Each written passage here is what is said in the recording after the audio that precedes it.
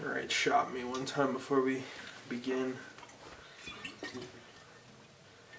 Badass, dude.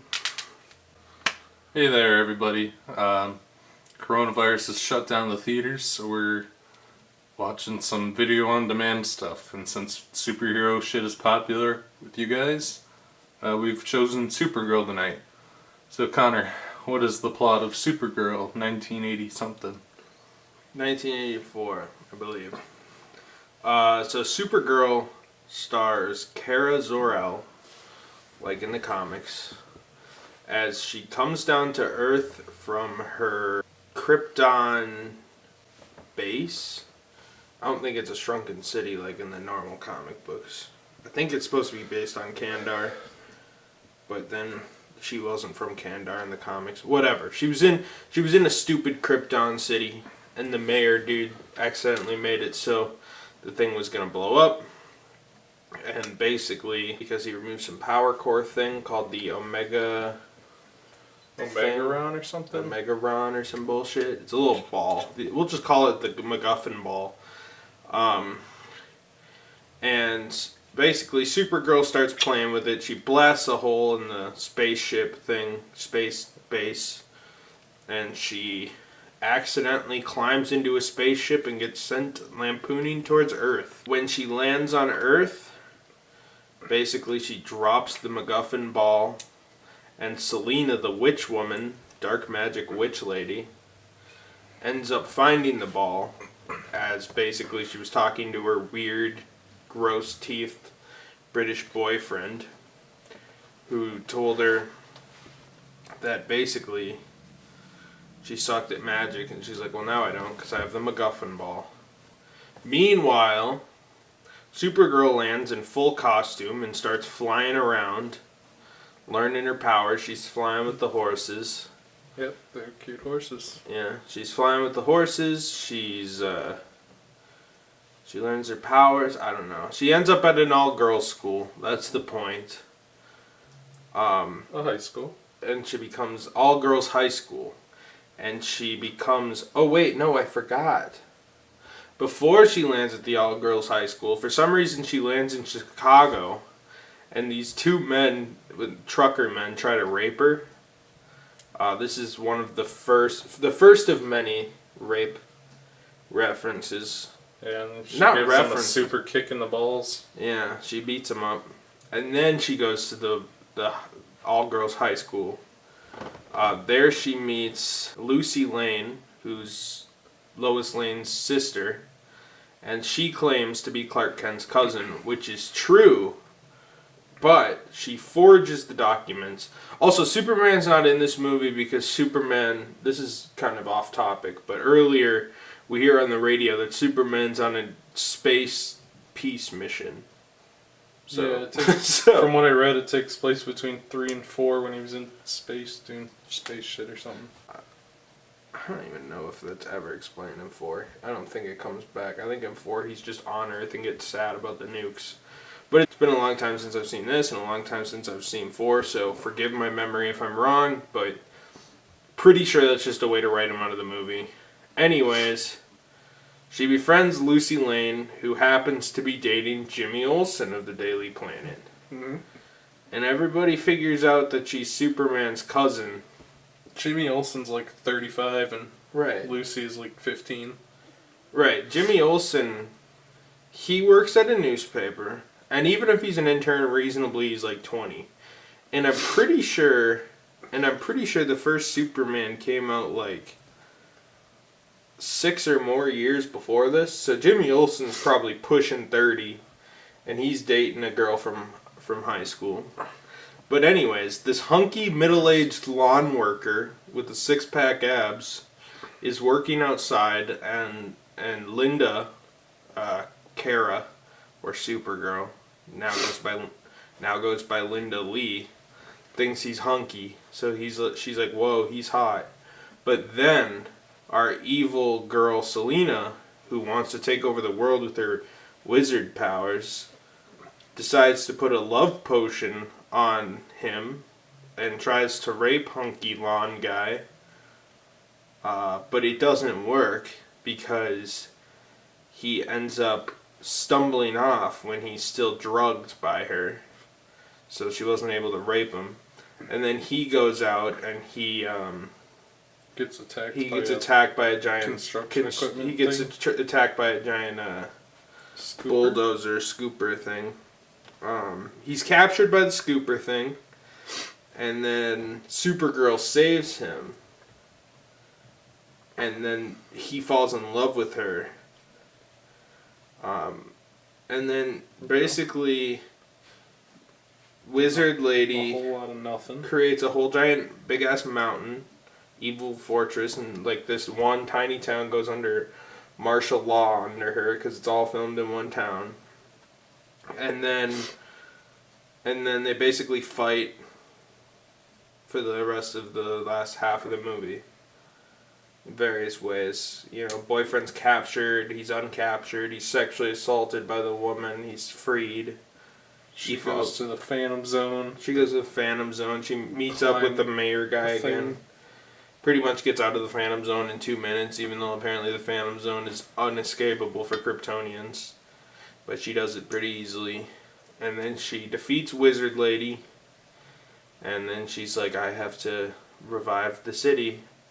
And then she like flies into a lake or something. I don't know if she was reviving the city. She grabs the MacGuffin orb. I was barely paying attention at this point. She grabs the MacGuffin orb, flies into the lake. The end. So Aiden, what did you think of the 2-hour A&W and Popeyes commercial that is Supergirl? The movie's weird. Like, it has some funny moments, but it's mostly fucking terrible and boring. I mean, a lot of this is like her at school, her talking to Lucy Lane in her dorm room, her pranking girls in the shower with her laser vision, all the characters sitting around eating at Popeyes. But there's some really baffling moments that are pretty funny. I mean, at the start of the movie, she lands at a truck stop and some truckers try to rape her. And A&W paid for promotion in this movie, as well as Popeye's Chicken. And somehow A&W approved one of the rapists wearing an A&W shirt. So he's like grabbing Supergirl's ass and threatening to pin her down and rape her, and she's kicking him in the balls, and he's wearing an A&W shirt the whole time. Which is like very, very strange use of product placement. Not the kind of character I'd want my brand associated with, but... Now, if Supergirl for some reason was walking around in an A&W shirt, I would kind of understand, but... I also like the A&W licensing in this movie. It's kind of interesting to use a brand that is more or less dead, except for everywhere, except for in the Midwest. Yeah, there's like 5 of them left in Minnesota. Well, it's all in fucking Wisconsin, I think, mainly, and like Illinois. Yeah, there's like 2 left here. But Minnesota. There's like 5 left in the world. Right, there aren't many A&Ws left. I'm sure at the time it was a much more thriving business because it wasn't fighting against nearly as many fast food chains, but it's still baffling. Yeah, let's see, what else? Oh, and the romantic date at the Popeyes Chicken? Well, the romantic date at the Popeyes Chicken was whatever. The real funny part is the boyfriend stumbles out of Selena's fucking haunted house that she lives in for some reason, and he starts going down the street, and the heroes of the story are all eating at Popeyes, and they see the hunky gardener man walking through the street, and everyone's like swerving out of the way to avoid hitting him with their cars. And Jimmy Olsen comes out, Superman's best pal, guy who should know a lot about saving people. Jimmy Olsen goes, shit that dude's gonna get fucking smashed to pieces by a car if he keeps walking around that. He's probably high on drugs. And then Supergirl's like, shouldn't we go help him? Maybe he's gonna die. And Jimmy Olsen's like, nah, let that fucker die. He probably has a knife or something. And then goes back into Popeyes, and Supergirl's like, yeah, I guess. They all just go into Popeyes and start munching on some Popeyes Louisiana fast cooking chicken. Well, then the boyfriend is running from this fucking thing for like an hour, and he just keeps staying in the center of the road, and he's like backwards running, trying to get away from it. It's like, dude, if I were you, I would be the other way. I'd just book it right into a building. Although I guess that wouldn't be the safest thing to do because that thing was just crushing buildings. Yeah. The crane was somehow like magic controlled by Selena, by the way. And then the crane... A power she never uses again despite its immense overpoweredness. And then the crane is like going through the city and like somehow it like bumps into a gas station, a bunch of tires start on fire, and like it's a wacky scene. It is. It's baffling. And then for some reason Lucy Lane decides to get in the truck and start steering it, and she becomes unconscious somehow. Right. Was that explained? Because she keeps crashing or something? I don't know. She becomes unconscious, and then Supergirl rips the claw off the crane thing and saves the guy because he's trapped in there. But then he just leaves her friend Lucy to die. And Lucy like smashes the thing into a building, but then it just stops, so it's okay. And she wakes up, she gets like horrible head trauma, and Supergirl's like, yeah, fuck it, I want to make out with this hunky gardener guy. Yeah, she starts making out with this dude she's never met before. She just kind of saw from afar because he's now in love with her because the love potion or whatever. And then Lucy kind of just like comes out of the car and says, "Don't worry about me, I'm okay too." It's like, yeah, fucking, I wouldn't be so sure. Yeah, they're like, that's Lucy's traumatic head injury. Let's see. No, for sure it was. There's it was nasty. the scene of Supergirl flying with the horses, which is like 3 minutes long, right. Which is kind of like awkward and funny because it's like weird women pandering. You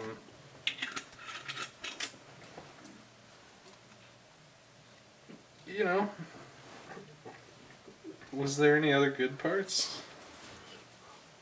There weren't any good parts. It was boring. I mean, were there any other funny parts? No, not particularly worth talking about. The crane part was like the big that part fun was moment. Funny, yeah. And then after that, it was kind of just like a lot of them standing in the dorms talking. It's really boring, like 90% of the time. Right. The witch lady just sits in her haunted house looking at Supergirl through like her magic mirror thing, and she's like, I'm gonna cast a spell to get rid of her, and then she summons a tornado, and Supergirl's like, okay, don't. And then the tornado goes away. Everyone in this movie, all the men in this movie are like 40, and they're boinking 15-year-olds, but yeah, whatever, it's kind of weird. Guess. Like, the I Wild guess, West. Like, I get that she, like, the dude was kind of hunky, I guess. He looked a little derpy to me, I don't know, but he's like 35 or something.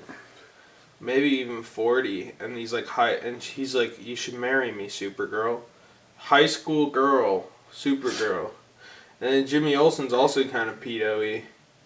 I don't know. It was all very weird, and the boyfriend looked 35. That's what was extra disturbing. Yeah, he's kind of like, right. And I get like, I guess like but also like, what the fuck were they thinking? They didn't give him a character beyond he's hunky. And he's a fucking lawn guy? Like, out of all the careers, he couldn't have been at least, like, a young lawyer or some, like, good career that a girl would like. I don't fucking know. Doctor. Instead, he's just like, yeah, I trim fucking trees. And he drives around in his truck with, like, 2 fucking sticks in the back to prove that he's a fucking lawn maintenance man. And he drinks on the job, too. Yeah, he starts pounding beers. He goes to the witch's house because she pretends to hire him for landscaping, and then she's like, you want this malt liquor, and pulls out a malt liquor can and drugs it, and he's just pounding back malt liquors and smoking in her house. It's a different time. It's a different time when you're just, and the girl was trying to fuck him, and he's like, no, that's cool, don't try to fuck me, please. When you're just allowed to drive your work truck around hammered. Yeah, just get drunk. And then, like, Supergirl in another scene is like, or Lucy's like, don't worry, the dean is going to be out drunk by now anyways. He's wasted. Yeah. Sounds like a good chaperone. Sounds like a good town. And then the math professor is also an expert in black magic, and for some reason. To be the... And he's friends with the witch lady. Everything about this movie is super contrived. He's like, I'm just gonna pick you a roommate, the only one with an open room. Meet Lucy Lane, sister of Lois Lane, the lover of your cousin, Clark Kent. Yep. And it's like, oh, and then it's like, meet your teacher, the lover of the black magic lady.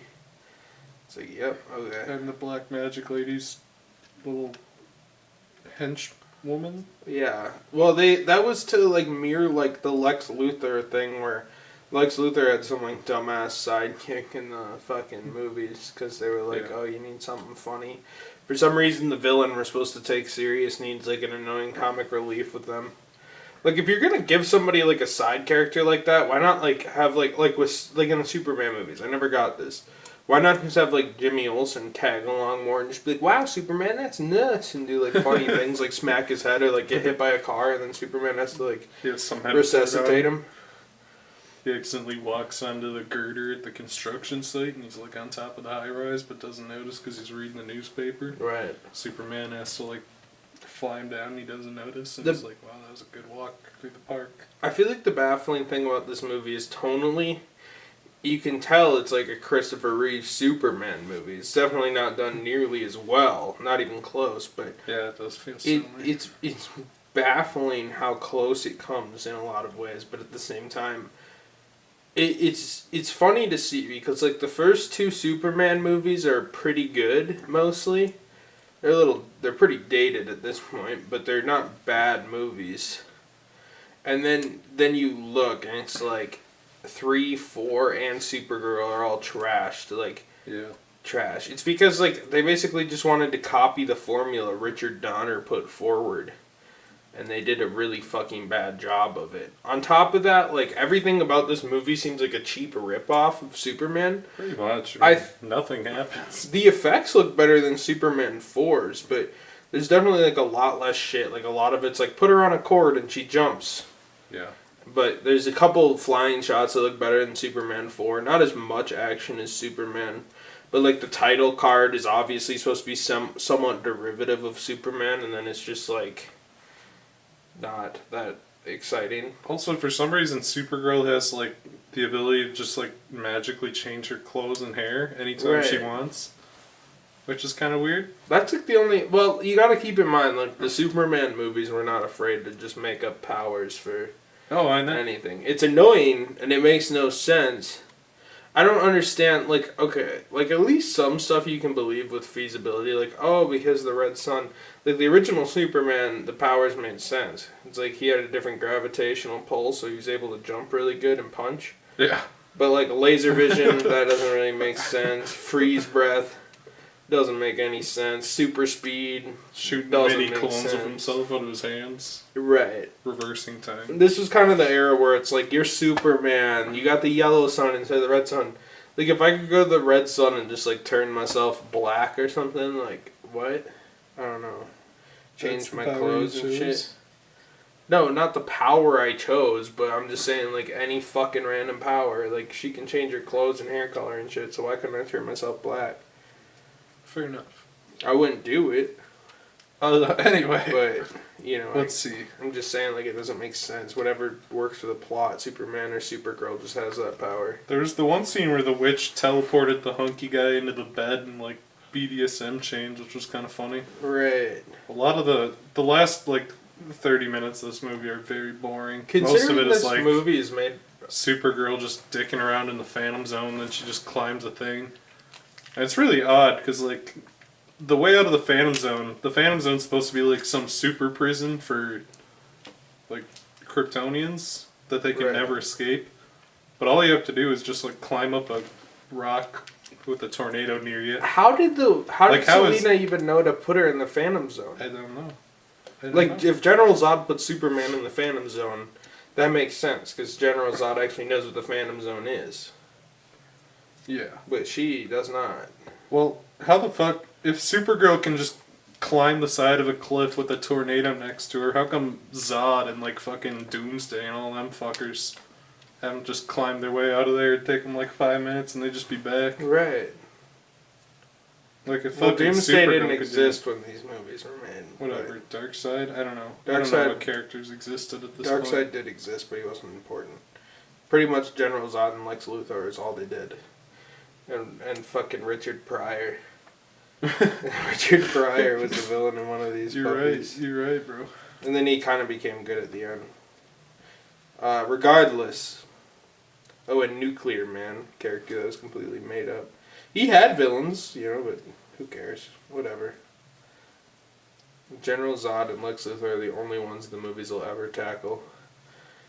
At this point, I don't think a Superman series can get to that film Batman number versus 2. Superman did Oh, wait, right. the cave Right. troll. Doomsday.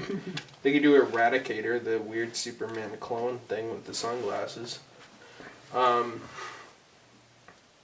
me about The Eradicator. ADR. Oh, there's a lot of ADR in this movie. Yeah. Every fucking scene has it for some reason. They must have just lost some of the audio. Well, there were some times where it was like blatantly they just wanted to add something. Like there's one point where Laura's mom, who's in one scene, or Kara's mom, who's in one scene, says, "Hey Kara, don't play with that." And then you can see Supergirl's face is like this. She's not talking at all, and it's just, "Oh yes, mother. That's 4 words, and your mouth didn't move at all. That was so blatant. It wasn't even well hidden." And then there was another it was time just where all there was over. something similar with Lucy. I don't really remember the context. Yeah, it was when, like, it was when they were in the dorm. but I don't remember Supergirl what was she said. Supergirl like put a bra on over her clothes and started stuffing it with socks for some reason. And then Lucy like turns around and her mouth doesn't move. She's like 70% turned around and she just says like 3 lines really quick. It's really awkward and bad. It also sounds a little tin canny and a little off when that happens. Like it sounds like a Wizard of Oz type audio where it's not like recording equipment. Yeah, I know. It doesn't sound like a full like movie camera recording like you would expect to hear. Yeah. It sounds like Judy Garland in Wizard of Oz. Yeah, I know what you mean. Well, But yeah, truthfully, the movie's like 90% boring shit and like 10% really funny, awkward shit that's kind of like... Everything in this movie is either fucking rapey or sexist. yeah, this movie makes me sexually uncomfortable, and even as a man, I'm offended for women. And the ironic thing is, I'm pretty sure this was made for 10-year-old girls and kids who really liked Superman. Because it was like, let's just take the Superman formula and what that does for little boys and whatever, and then translate it to kids. Because I think after like the first 2 Superman, like adults were kind of over it. It just kind of became kid shit again. So that's why like, but then 3 too. The Clark Kent becomes evil and he bangs a fucking random chick, and then Lois just takes him back afterwards. Yeah. And he like becomes an alcoholic and starts smoking cigarettes and shit. Every major plot point in this movie is about rape.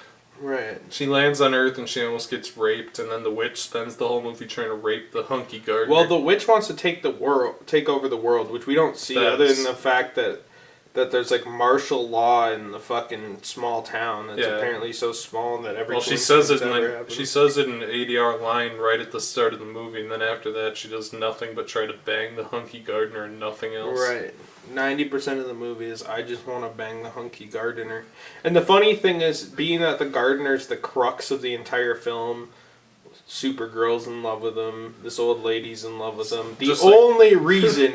The reason these characters are fighting over this man is because he's hot. Girls. Well, yes, that too. Well, that's their motive. It's not like there's any good reason. Neither of them even know him. No. They're just like, that guy's really hot. And he's hypnotized to love Laura, too.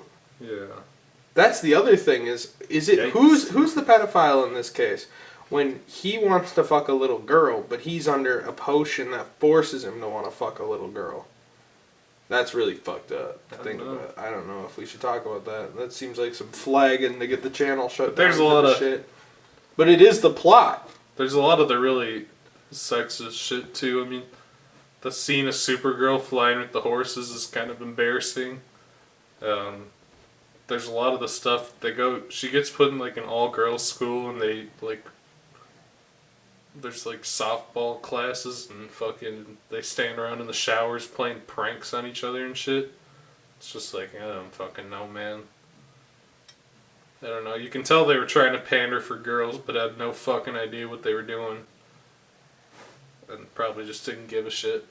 So what did you think of Supergirl, Connor? I thought it was bad. So Aiden, would you recommend Supergirl? No. No. I mean, I hate to do this to ourselves, but you're better off just like watching the 10-minute clips or even watching the best of the worst that this is featured in. Because, I mean, there's so little funny material here that you could probably find some 5-minute long compilation and get the same experience without having to sit through 2 hours of women standing around dorm rooms talking about books, studying, math, clothing. Just look up the fucking town destruction scene, because that's where the entire budget went anyways. Yeah, that It was entire the crane most- scene or whatever the fuck It it was. was the best scene. It was the funniest scene. It was the most action-packed scene. I mean, truthfully, up until It had everything. the last 45 minutes, I was actually having some fun, like laughing at the movie. I mean, there was like Right. when the crane hits the gas station, for some But when reason it- the yeah. giant tire on top just rolls off, like it just wasn't screwed down or anything. And there's some funny moments scattered in, but certainly not enough to sit through the 90% boring that Right. this movie is. So no, I wouldn't recommend it. Connor, would you recommend Supergirl? As I just said, I would recommend the crane scene, or not the crane, the fucking I don't know what that grabber fucking I don't know what the fuck The it is. claw. The claw scene. The small town, the one where the town gets fucked up and everyone acts like a fucking idiot. And Jimmy dabs on the, dabs on the fucking Jimmy's a straight savage. worker guy. Do they even say that Hunky Gardner's name, or do they just call him like guy, like hot I guy? am unsure. Steve, probably, something like It that. probably is. Probably like Steve or Mike or something, because it's a 70s movie and he's a generic character. He didn't matter, except for the fact that he was the vessel for the entire film. He's the MacGuffin. He's the Even other more so than MacGuffin. the other MacGuffin. Right. The love interest is the MacGuffin, because apparently the creators could think of no better plot than an old lady and a young lady fight to She's a get their girl, hunky so she man. has to be in love. It's a girl movie, so it has to have romance. Very bad romance. Do you think he was 40 because they thought it would look less rapey that the old lady's trying to rape him? Like they're like, that'll kind of soften the blow. He's a good middle age between the high schooler and this elderly bat. Truthfully, they probably decided on the premise of her being at an all-girls school first, and they're like, but that means she can't have a love interest, and they're like, just make it the fucking gardener. Right. And the only Whatever. thing that decided it's the gardener is because while they were writing the movie, they got to the scene where they're doing soccer, and they're like, now he sees the hunky guy. Then when that's in the outline, and then when they do the script, they're like, it's an all-girls school, and just be like, oh, he's just clipping the lawn with his shirt off. That works. Alright, everybody. That was our drunk view on Supergirl. If you have any more recommendations, let us know. I guess we're just going to review random shit for We're the stuck next... in quarantine, so we've been discussing. We know how much you guys love the Cape shit, so we had a few other movies lined up that we were going to look at. We all love Cape shit, so there will be a lot of Cape shit in the future. If you have any recommendations for what Cape shit you want to see us review, let us know. We'll probably take your recommendation because we got no watchers.